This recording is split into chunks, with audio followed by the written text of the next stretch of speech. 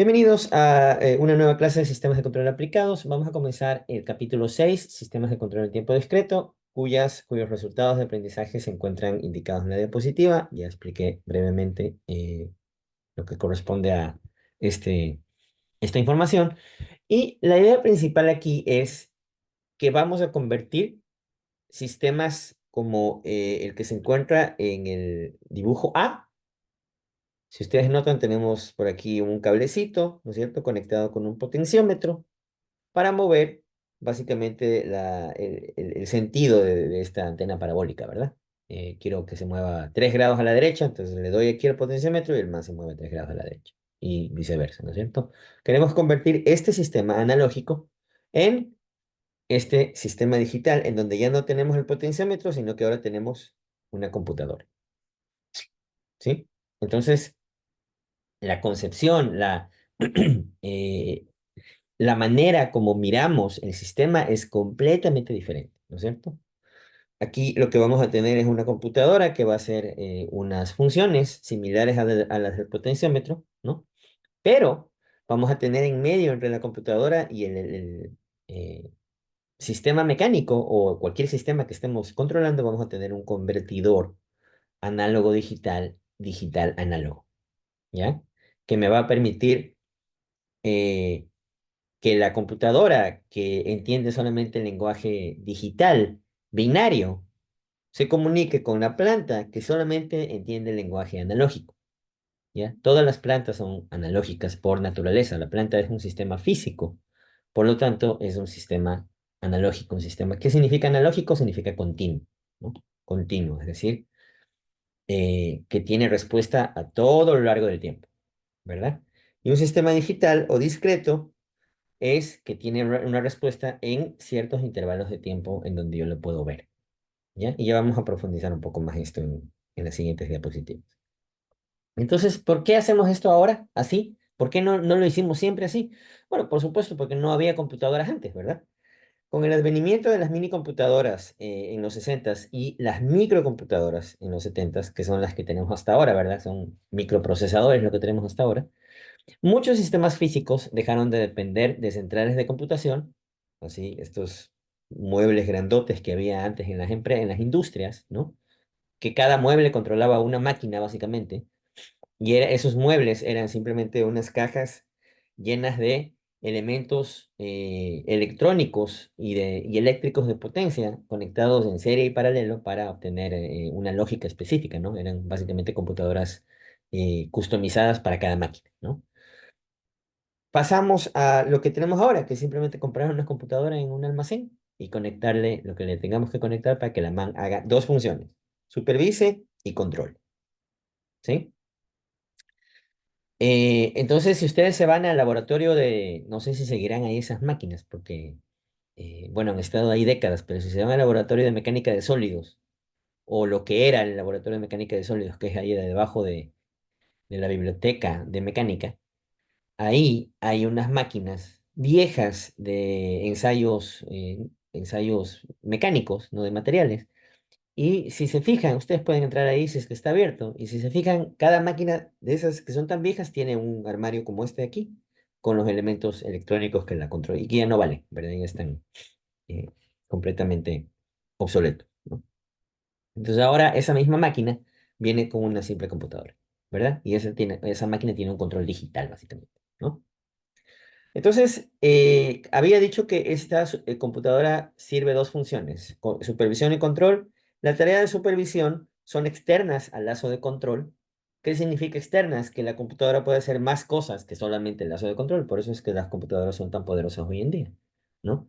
Entonces yo a mi computadora, aparte de que me eh, haga el trabajo de ejercer el control sobre cualquier sistema, yo también puedo hacer otras tareas externas, ¿no? Por ejemplo, monitorear otras mediciones, otros sensores, eh, y que me dibuje al mismo tiempo, qué sé yo, la respuesta y tal, ¿verdad? Entonces, estas son tareas externas al lazo de control. Y las tareas de control son internas, ¿no? En este caso son parte del sistema de control, básicamente, ¿no? Entonces, las funciones de transferencia de compensación construidas con elementos analógicos ahora han sido reemplazadas con computadoras digitales que realizan los cálculos emulando a un compensador físico, ¿no? Entonces, los cálculos que realiza la computadora son similares a esos que hacían los elementos físicos, qué sé yo, condensadores, resistencias, capacitores y tal, ¿verdad? Que antes se armaba en una tarjeta electrónica. Ahora todo eso lo hace al decir computadora me refiero a un microprocesador, ¿no? De una computadora, básicamente. En el microprocesador se hacen todos esos cálculos, ¿no es cierto? ¿Cuáles son las ventajas? Bueno, obvias, son ventajas, ¿no? O sea, vamos a encontrar varias, ¿no? Hoy en día tenemos el costo reducido, el volumen también súper reducido, flexibilidad ante cambios de diseño, ¿verdad? Para un cambio de diseño no toca desarmar el armario, sacar los componentes y volverlos a reorganizar o redistribuir para que hagan otra cosa, ¿no es cierto? Sino que simplemente hacemos otro código, ¿verdad? Y corremos el código nuevo y ya, ¿sí? Inmunidad al ruido, esto es súper importante, ¿no? Estos elementos antiguos, armarios, tenían altísima incidencia de ruido, ¿verdad? Porque como eran elementos conectados físicamente, y estos elementos conectados físicamente estaban sujetos a corrosión, envejecimiento, clima, temperatura, eran muy susceptibles a que haya mucho ruido en las señales que generaban, ¿no? O que transmitían. Y la cuarta, implementación de estrategias avanzadas de control. Podemos hacer lo que hemos venido haciendo en este curso, poner una capa de control adicional en cascada y si no nos funciona como queremos, le ponemos otra. Y si no funciona, le cambiamos la arquitectura de control y hacemos otro tipo de control. Ya no hacemos un PID, sino que hacemos un óptimo y si no, hacemos un adaptativo, en fin, ¿no? Entonces son evidentes ventajas de los sistemas de control en tiempo discreto. Entonces, de nuevo, lo que queremos hacer es ir de un sistema analógico, que es controlado por medio de un sistema analógico, ¿no? Un potenciómetro es un elemento analógico, ¿no es cierto? Eh, a un sistema digital en donde simplemente con el clic de un mouse o con eh, a presionar una tecla nos funciona el sistema y lo podemos controlar. ¿Ok? Entonces, ¿en dónde va la computadora en la arquitectura de control? ¿No? Y básicamente la computadora reemplaza ese bloque de control, el GC, que nosotros habíamos venido dibujando hasta ahora, ¿no? No es tan reemplazo uno con otro, hay algunos elementos que tenemos que agregar, pero en la concepción general del diagrama de bloques, que es este de aquí, ustedes tengan en su cabeza que la parte digital, o sea, la computadora va a reemplazar al controlador, ¿no? Y la planta se va a mantener siempre como la planta, porque la planta es el proceso que queremos controlar y ese de ahí nunca cambia, ¿verdad? Entonces, hasta ahora, todas las señales que hemos analizado habían sido analógicas, es decir, continuas. O sea, lo que entraba por aquí entraba en todos los instantes del tiempo, ¿verdad? En todos los instantes de tiempo. Y lo que salía por aquí en todos los instantes de tiempo, señales instantáneas, todo el tiempo estaban siendo generadas, o sea, continuamente corrían, ¿verdad? Las señales digitales, por su parte, son una secuencia de números binarios, unos y ceros, y por eso debimos convertir estas señales de continuas a digitales, ¿ya? Es decir, que si tenemos un sistema digital o discreto, no vamos a tener una señal continua, sino que vamos a tener una serie de números, una serie de numeritos. En vez de esto, vamos a tener una serie de numeritos, ¿ok? Y cada punto es un número digital, ¿sí? Entonces, debemos convertir las señales de analógica, esta de aquí entramos con una señal analógica, debemos convertirla a través de este convertidor a una señal digital, ¿sí? Esa señal digital entra a la computadora de forma digital y se procesa de forma digital aquí dentro de la computadora, ¿verdad? Y la computadora me entrega una señal que es digital, ¿no? Discreta, una serie de puntitos. Y luego, para poder implementar esa acción de control digital que me entrega la computadora a la planta, que es continua o analógica, yo la tengo que volver a convertir. Entonces, de aquí salgo con analógico y la planta me va a dar una respuesta analógica, ¿sí? Entonces, vamos a ver en qué consisten cada uno de estos bloques que se convierten en elementos importantes de los sistemas de control digital, ¿no? Entonces veamos qué es esto de señal digital versus señal analógica, ¿no? ¿En qué se diferencia, ¿no? Entonces consideremos, por ejemplo, esta primera señal, ¿no?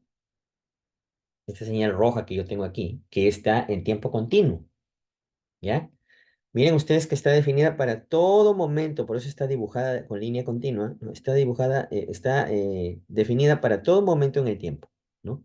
Si es que yo quiero esta respuesta en el tiempo, un segundo, digamos que esté aquí, este numerito va a ser mi respuesta en un segundo. Si quiero en 2 segundos, supongamos que es acá, este numerito va a ser. Y así sucesivamente en 3, 4, 5, 6.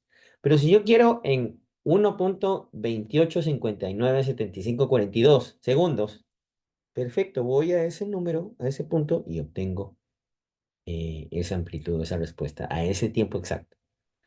¿Ya? Entonces yo tengo infinito número de puntos aquí porque la señal es continua, ¿verdad? Cuando yo tengo la señal discreta, yo únicamente tengo información de lo que ocurre en el tiempo en donde yo miro la señal. Supongamos que yo miro la señal en el tiempo T1, T2, T3, T4 y así sucesivamente. Entonces, si yo solamente en ese tiempo miro la señal, yo voy a ver este punto en el tiempo T1, este punto en el tiempo T2, y así este T3, T4, T5, T6 y así. Y esta es la secuencia de puntos que se va a formar al yo eh, mirar esta señal continua de forma analógica, de forma discreta, ¿sí? Y por supuesto, las señales continuas pueden tener ruido, ¿no? Por eso yo le he puesto ahí ese ruido azul, ¿verdad? Entonces sí está claro lo que es la diferencia entre una señal continua y discreta, ¿no? Entonces nosotros vamos a empezar a operar sobre este tipo de señales en este capítulo, ¿ya? Esta conversión digital a analógico, o sea, la conversión eh, de aquí hacia acá,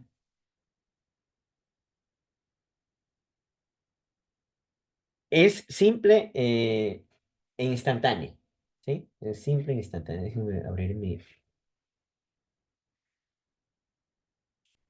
ah, Esta de aquí es simple e instantánea. Ups,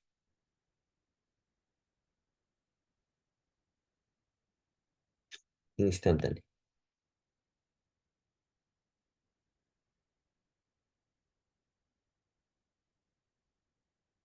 ¿Ya? Por ejemplo, en esta grafiquita de aquí, los tres voltajes ponderados se suman, ¿no? Por aquí entra un voltio a este lado del circuito, ¿verdad?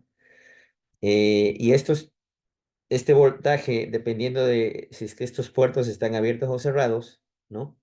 Se van a ponderar por estos ponderadores o estos pesos, ¿no? Y aquí a la salida voy a tener 1 por 4 si es que este está cerrado o el circuito está en contacto. Por aquí voy a tener 1 por 2 si el circuito está en contacto y aquí voy a tener 1 por 1 si el circuito está en contacto, ¿verdad? Entonces, al final se suman esos tres. Entonces, si por ejemplo mi número binario es 110, si yo voy del bit más significativo al bit menos significativo, entonces coloco 110, ¿verdad? El primer puerto está cerrado, el segundo puerto está cerrado, el tercer puerto está abierto. Entonces, 4 más 2 igual a 6. Entonces, el resultado será 6 voltios, por ejemplo, ¿no? Esta conversión de número digital a número analógico es sencilla, ¿ya? La conversión que no es tan sencilla es la conversión analógica a digital. Este ya no es un proceso instantáneo, sino que es un proceso de 2 pasos, ¿sí? De 2 pasos. Y no es instantáneo, ¿no?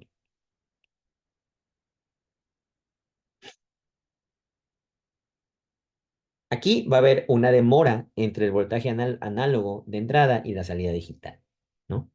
En primer lugar, la señal analógica, y no es análogo, es analógico, ¿no? Por si acaso. Eh, Analógico. Ya. En primer lugar, la señal analógica se convierte en señal eh, digital llamada muestreada, ¿no? Esta es una palabra importante que vamos a utilizar bastante en el capítulo. ¿Y qué significa muestreada? Es una señal que únicamente la podemos ver el momento en que la estamos, disculpen la redundancia, pero únicamente la podemos ver el momento que la estamos viendo, ¿ya? Cuando no la estamos viendo, no sabemos qué pasa con la señal, ¿no? Entonces, por ejemplo, aquí estamos viendo la señal en este momento. Ahí sabemos qué valor tiene. Aquí sabemos qué valor tiene. Pero aquí, en esta sección de acá, no sabemos qué valor tiene la señal, ¿ya? Entonces, esta de aquí es una señal muestreada con un tiempo de muestreo que ocurre cada tiempo que yo estoy marcando aquí con mi marcador láser, ¿verdad? Ocurre con esa frecuencia, ¿no? Entonces, eso significa muestrear. Entonces, la frecuencia de muestreo, esta velocidad a la que yo miro la señal, aquí, por ejemplo, digamos que mi frecuencia de muestreo es 1 segundo. Si yo quiero una frecuencia de muestreo más rápida, puedo muestrear a 0,5 segundos. Entonces voy a ver la señal aquí, aquí, aquí, aquí, aquí, aquí, aquí. La veo más, ¿verdad? La veo mejor, pero igual sigo viendo solamente lo que puedo ver en el momento que yo muestre y nada más, ¿no? Entonces, la frecuencia de muestreo debe ser al menos 2 veces, al menos 2 veces, pero es mejor que sea por lo menos 10, pero al menos 2 veces el ancho de banda de la señal. Ya ustedes saben lo que es ancho de banda, ¿verdad?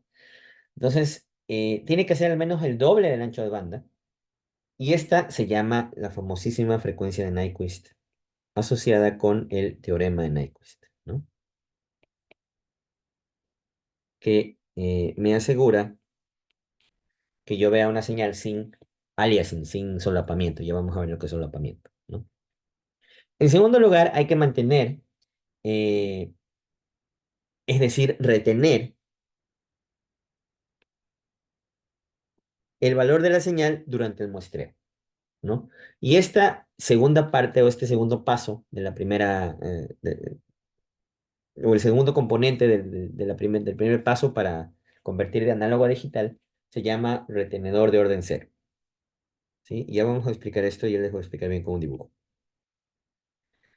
Retenedor de orden cero. Esto en inglés se llama Zero Order Hold y el símbolo es ZOH, que es famoso en sistemas digitales, ¿no? El Zero Order Hold es famoso. Entonces, este es el primer paso, ¿ok? El segundo paso, la señal muestreada se convierte a una secuencia de binarios, ¿no? Una secuencia de binarios.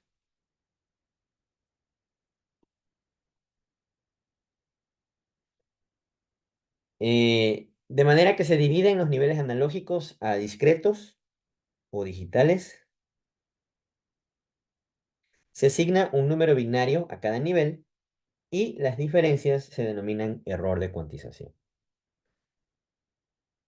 Cuantización. Entonces todo este testamento que puse aquí, sin ninguna gráfica, yo sé que no les gusta eso porque son ingenieros, se aclara con esta gráfica de aquí. La idea es que tenemos en primer lugar una señal continua, ¿no es cierto? Analógica, ¿sí?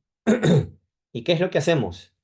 Primeramente muestreamos la señal a una frecuencia de muestreo que la voy a marcar con estos números 1, 2, 3, 4, 5. Esos van a ser mis tiempos de muestreo, ¿sí? Le ponemos aquí, mejor así, tiempos de muestreo.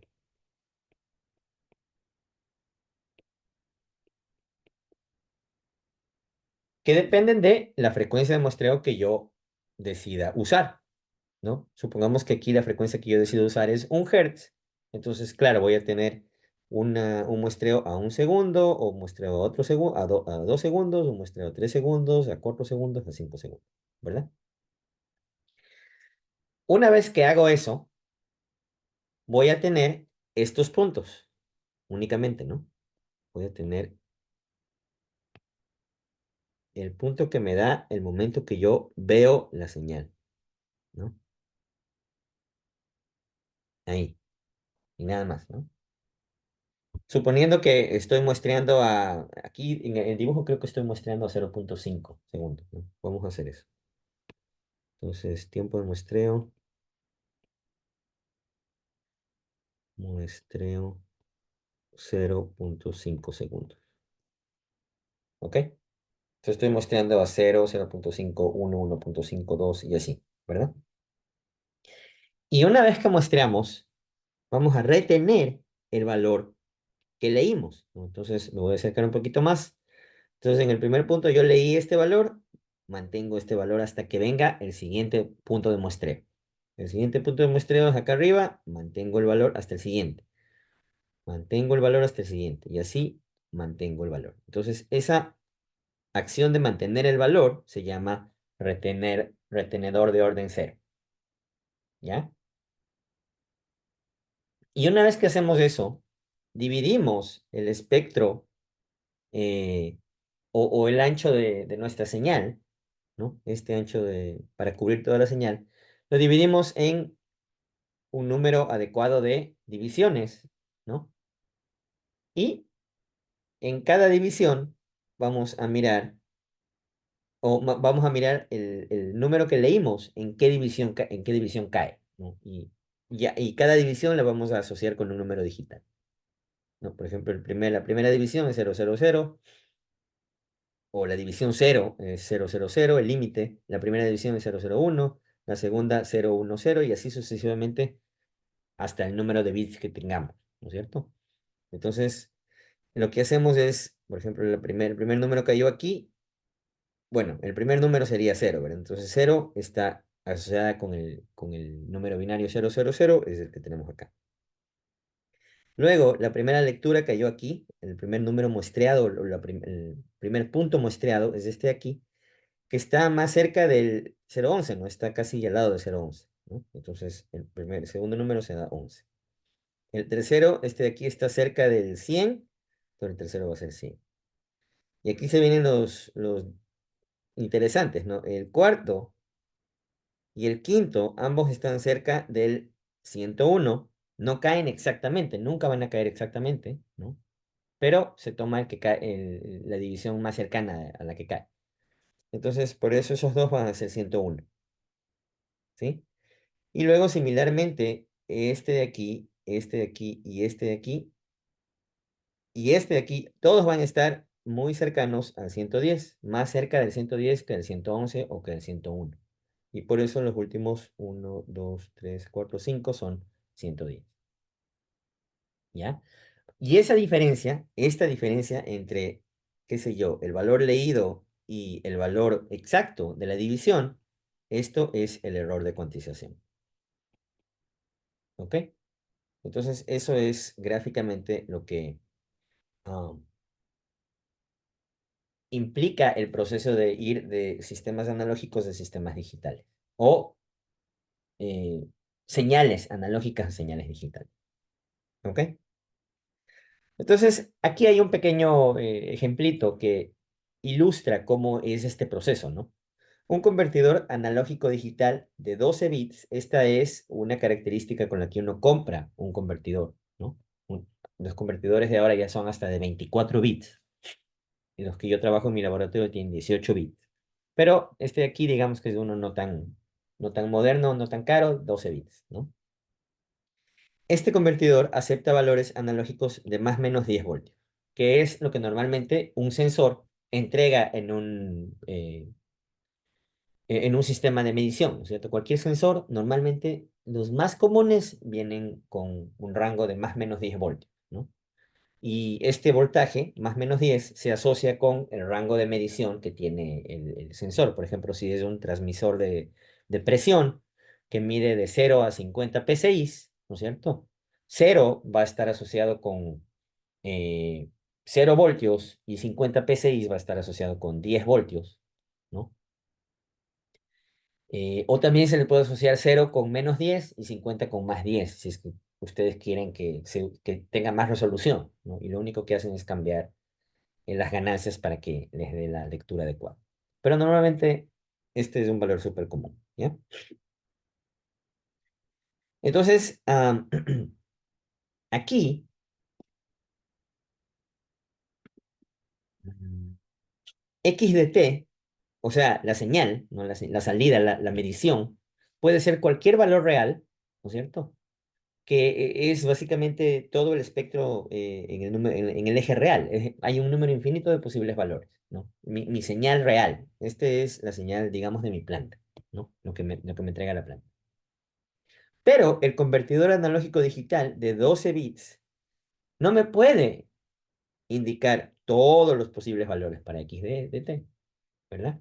Él solo tiene una capacidad de 12 bits, que significa que este man puede ver 2 elevado a la 12 puntos, ¿no? En el rango de voltaje que yo tengo en mi sistema.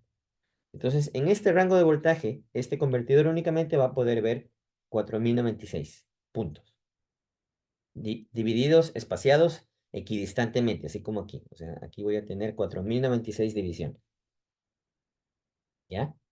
Entonces, ¿cuál va a ser la resolución de este componente? 20 voltios, que es de menos 10 a más 10, ¿no es cierto?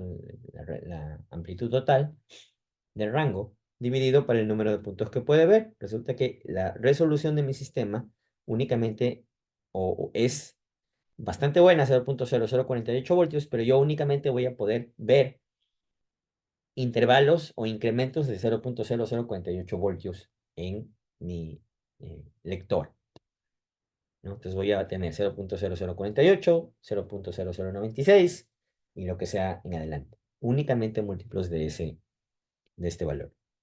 Entonces, si yo quiero medir 0.0075 voltios, me jodí, porque no me sirve esto, ¿verdad? Si quiero exactamente medir 0.0075 voltios, me va a tocar encontrar un equipo que tenga mayor resolución. ¿Ok? ¿Alguna pregunta hasta aquí? Estamos volando, así que. Entonces veamos cómo es el modelo de la computadora digital. Resulta que la computadora digital tiene su modelo y tiene su función de transferencia, ¿verdad? Imaginemos el muestreador como ayer vi un video bien chévere, sino que me pareció medio como que me voy a demorar mucho haciéndoles ver el video, pero son unas máquinas que se llaman muestreadores de piedra, ¿no? Que es eh, más o menos hay una banda transportadora por aquí, transportando material, y aquí hay como un martillo, que lo voy a tratar de dibujar ahí, disculpen el dibujo cacharposo, ¿no?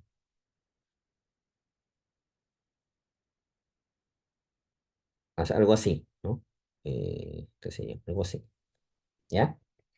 Esto obviamente está cogido con un motor y esto está acoplado en una mesa que va por encima de la banda transportadora, ¿no?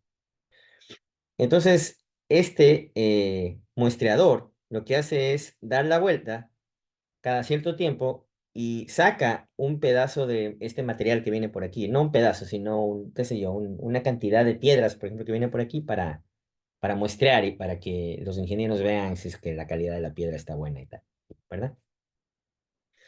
Entonces, este muestrador de aquí tiene una frecuencia de giro, qué sé yo, estos giran una vez cada 3 segundos, por ejemplo, ¿no? Entonces, la frecuencia será 0.33 Hz, ¿no es cierto? Pero, ¿qué tal si esto gira a 10 Hz? O sea, 10 veces por segundo, ¿verdad? Entonces va a dar la vuelta cada rato y yo voy a estar sacando muestras de piedra o de material cada 10 muestras por segundo, ¿no es cierto? Entonces, dependiendo de qué tan rápido gire esto, yo voy a tener más información sobre el material de manera continua, ¿no? Y si es que esto de aquí gira más lento, yo voy a tener menos información del material de manera continua, ¿no? Entonces, si esto de aquí me da una muestra cada minuto, qué sé yo, cada 10 segundos, yo solamente voy a conocer lo que pasa con el material, es decir, la señal, cada 10 segundos. Pero si esto gira 10 veces por segundo, yo voy a conocer lo que pasa con mi material, o sea, con la señal, mucho mejor, con mucha más resolución. Entonces, eso es más o menos como funciona un muestreador también de sistemas digitales, ¿no? Entonces, si el muestreador girara a una velocidad muy alta, pongámosle muy alta por no poner infinita, ¿no? A una velocidad muy alta, casi infinita. El convertidor analógico a digital, instantáneo, ¿no? En este caso, no habría necesidad, ¿no es cierto? No habría necesidad eh, de hacer la conversión, ¿no es cierto? Porque no habría ninguna diferencia, no habría diferencias entre la parte analógica y la parte digital. Conocería todo el tiempo, conocería exactamente qué es lo que está pasando con mi señal digital. O sea, ¿qué pasa si es que yo esto de aquí lo estoy muestreando a una velocidad increíblemente alta, ¿no?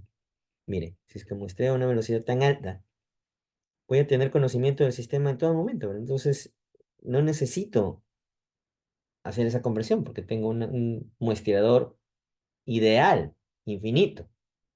Lamentablemente, el mundo no es ideal y los muestreadores no son infinitos. Ya ven ustedes en este ejemplo que el muestreador tiene una capacidad eh, específica, ¿no? Entonces, como las señales son muestreadas a intervalos finitos, ¿no? A intervalos finitos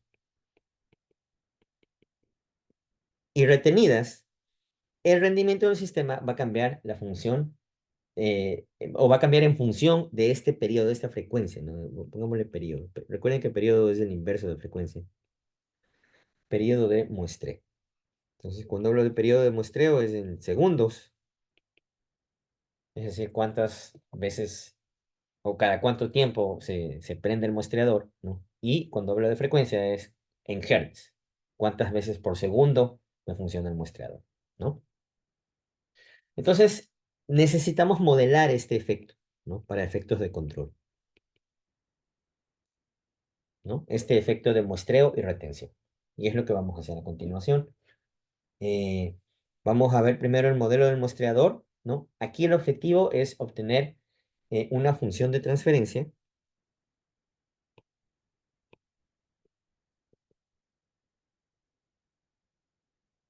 de la computadora que la vamos a entender como el conjunto del muestreador más el retenedor, ¿sí?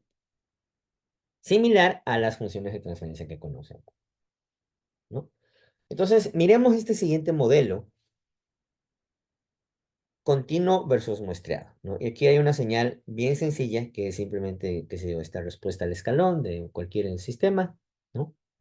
Y supongamos que yo a esta señal la voy a mirar, la voy a muestrear cada intervalo t, ¿no es cierto? Entonces lo voy a mirar en t, en 2t, en 3t y así sucesivamente, ¿no? Y el ancho del pulso al que yo lo voy a mirar es tw, ¿sí? Entonces, ese va a ser este ancho de aquí. Esto aquí es tw. Entonces, si es que yo aplico esa regla a mi señal de la izquierda, yo voy a tener que aquí no estoy haciendo nada, pero en t me activo, ups, aquí no estoy haciendo nada, pero cuando tengo t me activo y leo, ¿no es cierto? Hasta que tengo 2t. En 2t me activo y vuelvo a leer hasta que tengo 3t. En 3t me activo y leo y así sucesivamente, ¿verdad? ¿Y cuánto leo? Leo un ancho tw, ¿ok? Entonces, esta de aquí, la de la izquierda, que la garabateé, va a ser mi señal analógica, ¿no?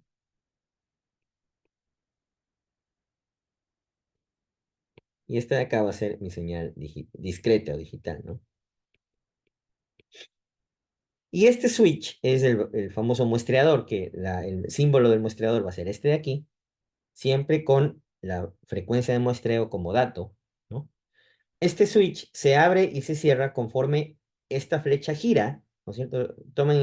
Idealicen esto como que la flecha está girando, ¿no? Y cada vez que la flecha toca este punto, o sea, cada vez que la flecha está en esta posición, ahí leo esta señal, ¿no? Y paso esa información a este lado, ¿no? Entonces, de lo que tengo una señal continua por aquí, dependiendo del valor de st, acá voy a tener una señal discreta a una frecuencia específica, ¿ya? Si st es mayor, lo que tengo acá es más puntitos. Si st es menor, acá lo que voy a tener es unos puntos más espaciados, ¿sí? Entonces depende de este t, que lo que yo vea de este lado me permita entender la señal continua, la señal analógica del lado izquierdo, ¿ok? Esa es la famosa función de muestreo, ¿ya? Que la podemos entender como una función matemática, ¿no? Entonces el muestreo también se lo puede considerar como el producto, como el producto de f de t en el dibujito por s de t, que es una función de muestreo. Aquí está s de t y aquí está f de t, ¿no? Y entonces yo puedo considerar que s de t es una función, digamos, eh, una función de pulsos, ¿no? De amplitud constante o de amplitud unitaria, si quieren, para que no haya ninguna distorsión. Entonces, si yo sumo esta función de pulsos de amplitud unitaria, no si sumo, si multiplico esto de aquí por mi señal original, yo voy a tener mi señal de pulsos, mi señal, digamos, eh, muestreada, si cabe el término, ¿no? Entonces, las expresiones matemáticas, que no las voy a derivar porque no tenemos tiempo, pero se encuentran aquí, también se encuentran en el libro, ¿verdad? Pero básicamente lo que estamos diciendo aquí es que esta función muestreada, el asterisco significa muestreado, ¿no? Cuyo ancho es TW, o sea, esta función de aquí, que sería el resultado, va a ser igual a f de t, esta de aquí, por s de t, esta de acá, ¿no? Y eso va a ser igual a f de t, la señal original, que es analógica, multiplicada por una sumatoria, que es básicamente la expresión matemática de esta señal de aquí, ¿no? Que es una sumatoria de menos infinito a más infinito de una señal escalón que ocurre en cada intervalo kt, ¿no? Y a esta le restamos todos los intervalos anteriores.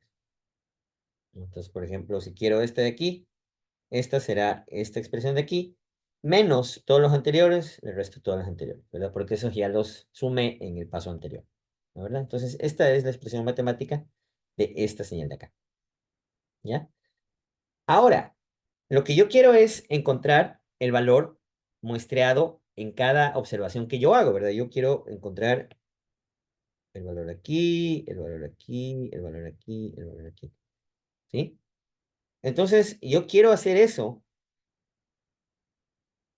y para poder hacer eso yo necesito que este TW sea lo más chiquito posible, ¿no? Entonces, quiero muestrear cada intervalo T, ¿verdad?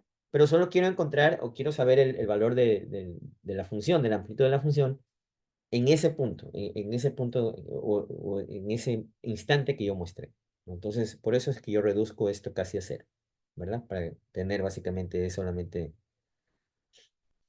impulsos, ¿sí? Entonces es lo que estoy haciendo aquí. Si asumimos que TW es mucho menor a T, es casi infinitesimalmente pequeño, ¿no? Y hago la transformada de Laplace, transformo Laplacemente esa ecuación de aquí, voy a obtener esta expresión de acá. ¿Ok? Haciendo un poco de álgebra, que la pueden seguir en el cuaderno si quieren, me encuentro con esta expresión final de la función de transferencia, ¿no? Eh, F mayúscula de S, ¿no? Que para el intervalo TW va a ser igual a la sumatoria de F de KT multiplicado por TWE a la menos KTS, ¿sí?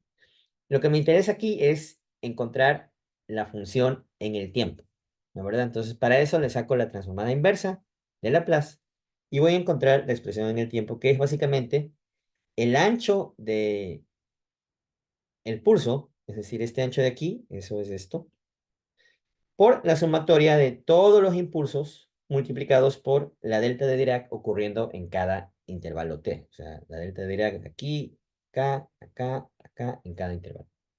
¿Sí? Entonces, el resultante del muestreo con los pulsos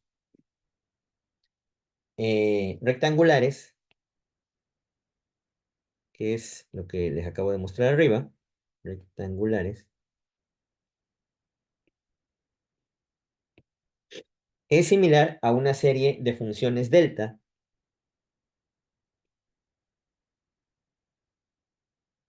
que tienen un área, ¿no? Eh, delta de Dirac, pongámoslo aquí, cuya área es el producto del ancho del pulso, TW, multiplicada por la amplitud de la señal muestreada, ¿no? F de KT. Entonces, F de KT es la señal muestreada, significa que si aquí tengo 1T, este es F de KT, F de 1T. Si aquí tengo 2T, este de acá es F de 2T. Y así sucesivamente. Entonces, esa es la señal muestreada, la amplitud en el momento que yo muestreo, ¿no? Y TW va a ser este ancho de aquí, ¿no? Que se tiende a que sea bien pequeñito, ¿sí?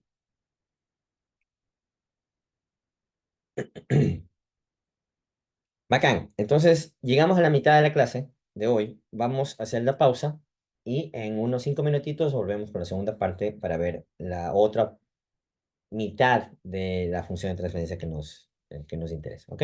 Nos vemos en un ratito.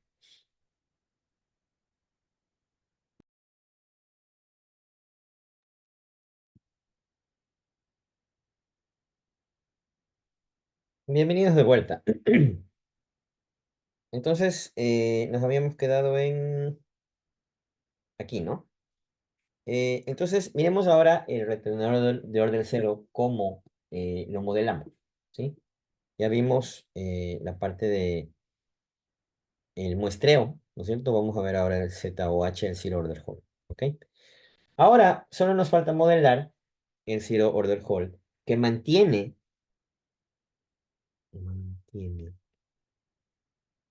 el último valor muestreado hasta que entra el nuevo valor, ¿sí?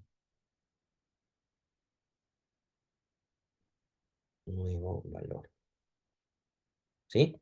La salida del Zero Order Hold es una serie de escalones.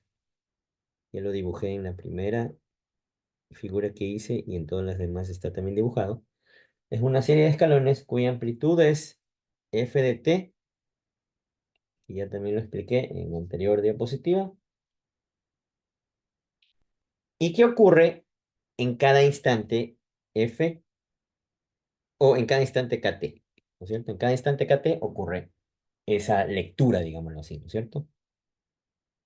Y son básicamente estos escalones, ¿no? Tengo aquí este primer escalón, otro escalón, otro escalón, otro escalón, y así como siga la señal, voy a tener esos escalones, ¿no? Si ustedes son curiosos, se van a MATLAB y eh, ingresan cualquier función de transferencia de un sistema dinámico y le ponen step de esa función de transferencia, ¿no? Y hacen zoom in al step, ustedes van a ver que va a ser una serie de escalones, ¿no? Porque MATLAB dibuja eh, de manera discreta. Ese comando, esa función, dibuja de manera discreta la señal, ¿no? Bacán. Entonces, esos son los dos elementos, ¿no? Y la función de transferencia de este elemento, la vamos a llamar GH por hold, ¿no? De S, y va a ser igual a 1 menos E a la menos ST dividido por S. ¿Sí? Entonces tenemos la función de transferencia para el zero order hold y tenemos la función de transferencia para eh, la amplitud, básicamente, ¿no? Chévere, entonces ya sabemos cómo se ve, cómo se interpreta un sistema en el dominio discreto, ¿no? Con estos elementos que tienen que ser parte de ese análisis, ¿no? Entonces vamos ahora a ver qué es la transformada Z. Resulta que para yo poder visualizar de manera correcta y entender de manera correcta estos sistemas, necesito también una eh, similar, una operación similar a la transformada de Laplace, ¿sí? Entonces, la transformada Z es la representación matemática de transformación compleja, ¿sí? Que contiene información del muestreo, porque no puedo utilizar la transformada de Laplace porque la transformada de Laplace no tiene la información de muestreo, la información de la frecuencia de muestreo que para sistemas digitales es súper importante, ¿sí? Ya vamos a ver cuando hagamos problemas que el tiempo de muestreo T es vital para estabilidad y para entender cómo responde el sistema, ¿no? Entonces, necesito algo que contenga esa información, alguna transformada que contenga esa información. Entonces, la transformada Z contiene información de muestreo, ¿sí? Información de muestreo T para sistemas discretos, ¿no? Es la contraparte directa de la transformada de Laplace, cuyo dominio es continuo, ¿no? De la transformada de Laplace, por supuesto. Entonces, la definición de la transformada Z es la suma, igual, para una función dada por esta ecuación, ¿no? Para una función, de una función muestreada o una respuesta muestreada de una función cualquiera, dada por la sumatoria de menos infinito a más infinito de la función muestreada en cada intervalo k, multiplicado por la delta de Dirac en cada punto de muestreo, ¿no es cierto? Para encontrar esa amplitud. Esto lo que me encuentra es la amplitud. Si a esto yo le saco la transformada de Laplace, voy a obtener la sumatoria. Recuerden que la transformada de Laplace es una transformada no bilateral, sino unilateral, es decir, va desde k igual a cero hasta infinito, de f de kt, la función evaluada en cada intervalo, pero multiplicado por el factor de eh, traslación, se puede decir, ¿no? De kts, ¿no es cierto? Y esto le llamamos nosotros f muestreada de s, ¿no? Pero ya dije que no me sirve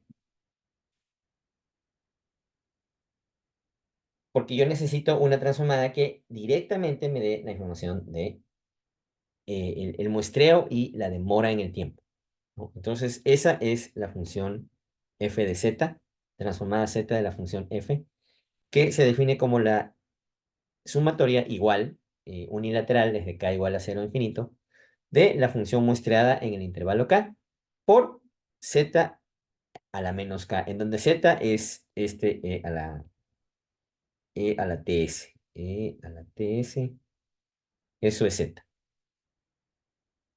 ¿ya? Entonces proviene prácticamente del mismo origen que es la transformada de Laplace, pero estamos visualizando al e elevado a la kt, perdón, a la ts, esto de aquí, estamos visualizándolo como un factor de retraso en el tiempo, ¿no? Este es un factor de retraso en el tiempo. Voy a poner esa información que me parece importante. Retraso en el tiempo. Entonces, ¿qué significa? Que si tengo z a la menos 1, estoy mirando el punto anterior. Si tengo z a la menos 2, estoy mirando el punto 2 tiempos antes, y así sucesivamente, ¿no? Entonces, por ejemplo, x de z va a ser igual, por ejemplo, a x de 0, al valor inicial, más x en el intervalo t por un intervalo de tiempo anterior, más x en el intervalo 2t por dos intervalos de tiempo anteriores, y así sucesivamente, ¿no? Entonces, hagamos un pequeño ejemplo, hallar la transformada z de la función escalón unitario, ¿sí? Y este es un ejercicio que está en el libro y que es simplemente una derivación de una transformada de tabla, ¿no? Pero lo que hacemos básicamente es eh, definir el escalón unitario que está definido aquí de forma en tiempo continuo y también para cada instante de muestreo, ¿cierto? El tiempo continuo es todo esto y todo esto, ¿verdad?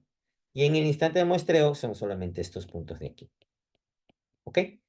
Entonces, saco la transformada z de SU de t, ¿no? Y es simplemente la sumatoria de la función, que es 1 multiplicado por z a la menos k. Estoy simplemente aplicando la definición, ¿no? Y esto es igual a la sumatoria de z a la menos k, ¿no es cierto? El 1 no lo tomo en cuenta. Y de ahí expando esto de aquí, y eso me va a dar lo que tengo abajo, ¿no?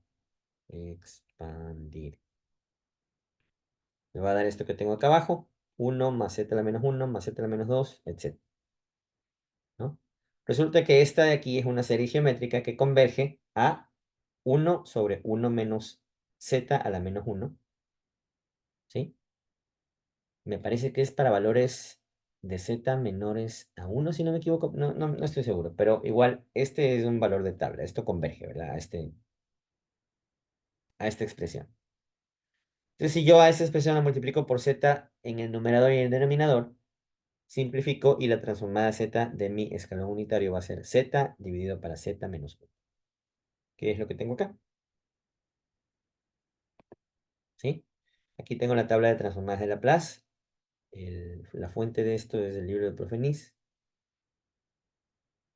Fuente Nis. ¿Ok?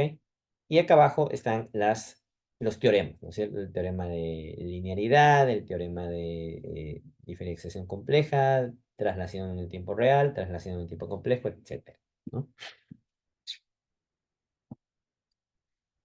Utilizando los mismos principios que vimos en sistemas de control continuos, podemos sacar la expresión en el tiempo a partir de una función, digamos, de transferencia discreta, ¿no es cierto? Tenemos una función en términos de la variable z, ¿no? Y podemos, a partir de ella, encontrar, digamos, la ecuación de diferencias o la expresión en tiempo de esa expresión, ¿no? Lo único que tenemos que hacer es aplicar la transformada inversa y esta resulta en una única. Esto es interesante, ¿no? Esto aquí sí quisiera que le pongan atención. Eh, si nosotros hacemos este proceso en sistemas continuos, yo saco la transformada inversa de una función de transferencia, hago fracciones parciales y obtengo al final mi ecuación diferencial o mi respuesta en el tiempo, ¿no es cierto? De el proceso que esté analizando, ¿verdad?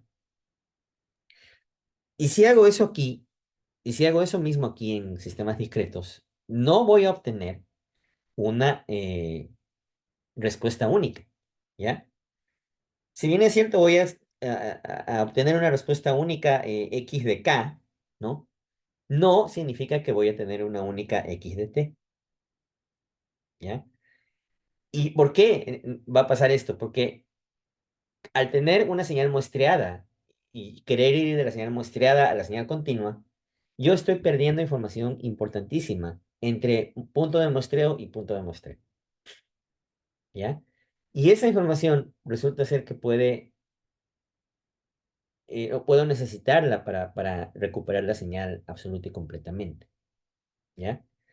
¿Por qué razón? Porque existe un problema que se llama aliasing o solapamiento, ¿ya?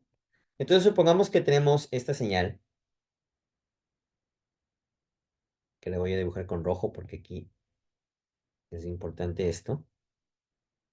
Entonces supongamos que tenemos esta señal aquí, que es un seno, una señal sinusoidal a una frecuencia un poco rápida, ¿no? Digamos que tiene una frecuencia de 2 Hz, ¿no? Supongamos, no sé cuál será la frecuencia, pero es rápida, ¿verdad? Y yo tengo puntos de muestreo de esta señal aquí, aquí, aquí, aquí, aquí, aquí y nada más, creo, ¿no? Entonces, yo fui de continuo, que es la roja, a discreto, que son estos puntos, ¿no? Esos puntitos que acabo de marcar. Voy a tener este punto aquí, este punto por acá, este punto por acá y por acá, ¿no? Y ahora, si yo quiero volver de los puntos negros a la señal roja, puede ser que por esos golpes de buena suerte, el algoritmo que yo utilice me devuelva la señal roja, pero lo más probable es que me va a devolver esta señal azul, ¿verdad? Señal azul de aquí. Entonces, a eso se refiere esto que dice que al hacer la transformada inversa, resulta en una única z de k, la que yo obtenga, cualquiera. Si yo obtengo esta azul, es única.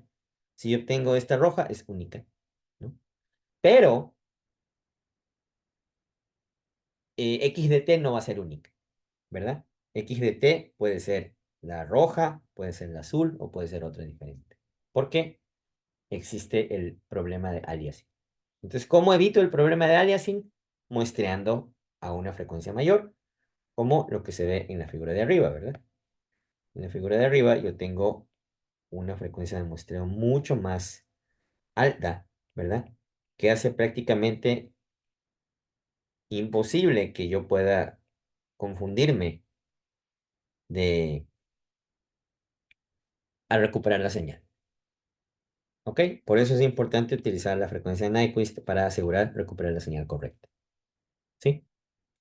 Esto es súper importante y les va a servir mucho, sobre todo si se van a dedicar a procesamiento de señales y mediciones y cosas así, ¿no? Entonces, ¿cómo hacemos la transformada inversa? Básicamente lo que hacemos es fracciones parciales, ¿no? Se procede de forma similar a la transformada de Laplace, tomando en cuenta que yo quiero ir de una función en el dominio Z a una función en el dominio T, ¿no? Entonces, básicamente lo que hago es divido mi función de transferencia, que va a ser una función en términos de la variable Z, en fracciones parciales, ¿no? Y luego aplico la transformada inversa de eso, ¿no? Entonces, aquí tengo un pequeño ejemplo,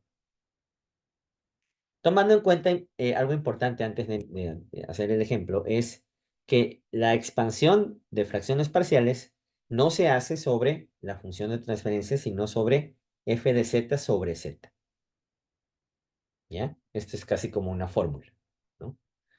En Laplace era sobre f de s, pero en digital es f de z sobre z,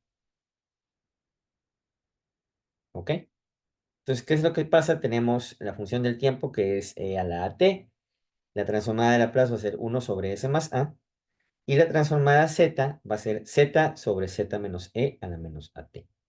Entonces, yo hago la transformada inversa poniendo esto en el lado izquierdo de la ecuación, básicamente, ¿no? Entonces, por ejemplo, si yo tengo esta función de transferencia, 0.5z dividido para z menos 0.5 por z menos 0.7, para encontrar f de k, ¿no? Lo que hago es aplicar fracciones parciales sobre f de z sobre z.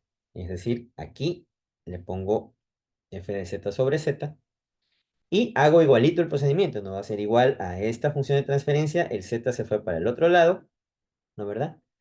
Y a esto lo abro en a más b, ¿ok? Al hacer a más b, encuentro el valor de a, que es 2.5 negativo, y b menos 2.5, y expando como normalmente siempre hago, y una vez que expando, devuelvo el z a su lugar, ¿no? Entonces, la f de z expandida, esta de aquí es la f de z expandida, ¿sí? Expandida,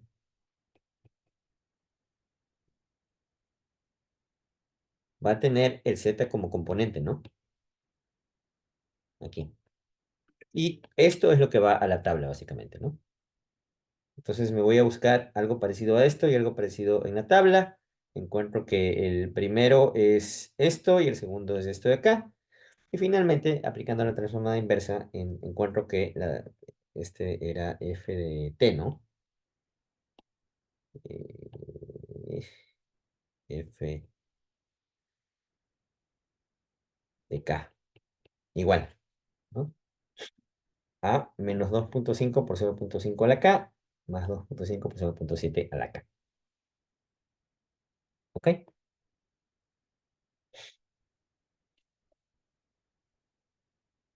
Y esto me parece que es lo que tienen en la tarea 11, ¿no? Fracciones parciales, son los dos primeros temas, ¿de verdad? Y el tercero lo van a aprender a hacer el jueves, ¿ok?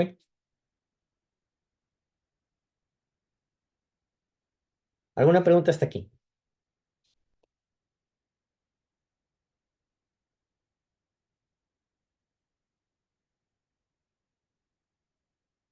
Vamos con funciones de transferencia de pulso. Estas son funciones de transferencia en tiempo discreto y relacionan las entradas y salidas solamente en los instantes de muestreo.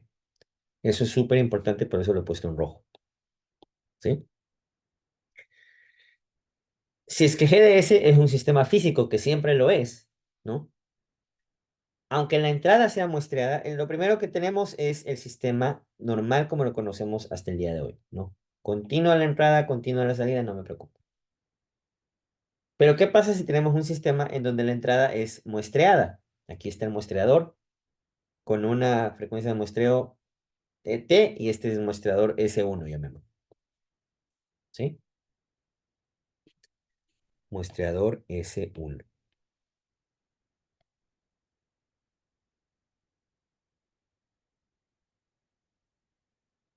¿ok? Ese muestreador hace que mi señal que viene continua por aquí entre muestreada por acá, ¿verdad? Se multiplica por esta función de transferencia. ¿Y qué voy a obtener por acá? Voy a obtener una salida, pero esa salida, si bien es cierto la entrada está muestreada, ¿no? Esta salida va a ser una salida continua que tiene ceros en donde no está muestreada mi señal, ¿sí? Supongamos que tengo algo así. Disculpen que eh, suene medio confuso esto, ¿no? Mi señal de entrada es ese escalón unitario. Entonces yo lo que voy a tener aquí es una entrada que se va a ver así, ¿no? Se va a ver así, ¿verdad? Eso lo meto a esta planta de aquí y esta planta me va a dar una salida que se va a ver más o menos así, ¿no? Voy a tener mi muestreo, pero van a estar unidos los muestreos, ¿no? Aquí tengo muestreo unido y lo que sea, ¿no? La salida que sea, porque esto ya es, digamos, aquí, aquí, aquí, aquí, aquí. Entonces voy a tener algo así, cero, luego voy a tener este punto muestreado y voy a volver a cero, muestreado, voy a volver a cero, muestreado, voy a volver a cero y así, ¿no? El intervalo entre muestreo y muestreo van a ser cero, pero va a ser continua esta salida, ¿no? Entonces, para evitarnos este problema, lo que hacemos es colocar un muestreador que se llama muestreador fantasma a la salida para que tanto la entrada como la salida estén muestreadas y yo tenga mi salida también así bien bonita, ¿no? O sea, como la quiero tener, sin esas discontinuidades que son iguales a cero. Entonces quiero tener mi salida, digamos, así, así, así, así. Y esto es únicamente un valor en ese intervalo, pero en estos intervalos de aquí no hay nada, ¿verdad? Aquí no hay nada, aquí no hay nada. En cambio, en el caso de acá, en los intervalos, aquí tengo cero, valor, cero, valor, cero, valor, ¿sí? Entonces podemos asumir que la salida también está muestreada. Y eso se llama muestreador fantasma, ¿ok? Am, ¿Alguna pregunta? Entonces, esta función de transferencia de pulso es súper importante porque es el fundamento de cómo vamos a resolver diagramas de bloque y sistemas de control en cuanto a diseño de controladores, ¿no? Entonces, la función de transferencia del pulso, la derivación de la función de transferencia del pulso les voy a deber porque está en el libro, ¿no? Pero lo importante es que la salida de la función de transferencia del pulso va a ser simplemente, ups, la salida,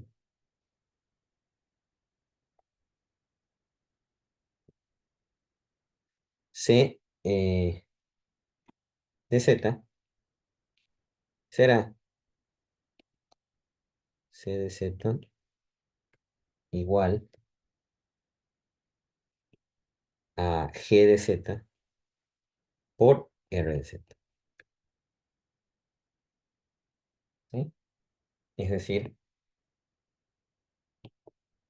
esta función de transferencia multiplicado por la entrada que nosotros le metemos, pero en Z, ¿no? En Z. Y ese hecho de que sea en Z es lo que le hace un poco diferente, ¿no? Entonces, dejemos hasta aquí la clase. Creo que hemos avanzado bastante el día de hoy. Vamos a mirar en la siguiente clase la función en cascada del zero order Hall. Vemos estabilidad y reducción de diagramas de bloque. Y con eso ya tienen todo lo necesario para ver en la primera parte del deber. O sea, el deber 11, ¿no? Y creo que con esto sí, con lo que avanzamos hoy día y vamos a avanzar el día jueves y vamos a avanzar a terminar todo lo que deberíamos terminar. ¿Ok?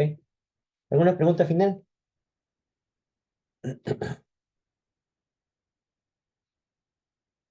Listo, esta clase no ha sido tan matemática o tan intensiva en cuanto a resolver ejercicios, pero es importante esta introducción para que puedan cambiar el chip en su cabeza y moverse de sistemas continuos a sistemas discretos. ¿Ok? Entonces, nos estamos viendo el día jueves. Cuídense mucho, pasen bien. Chao, chao. Hace bien, hasta Sí, profe. luego. Pasen bien, chao, chao. Mister. Buenas noches. Buenas noches.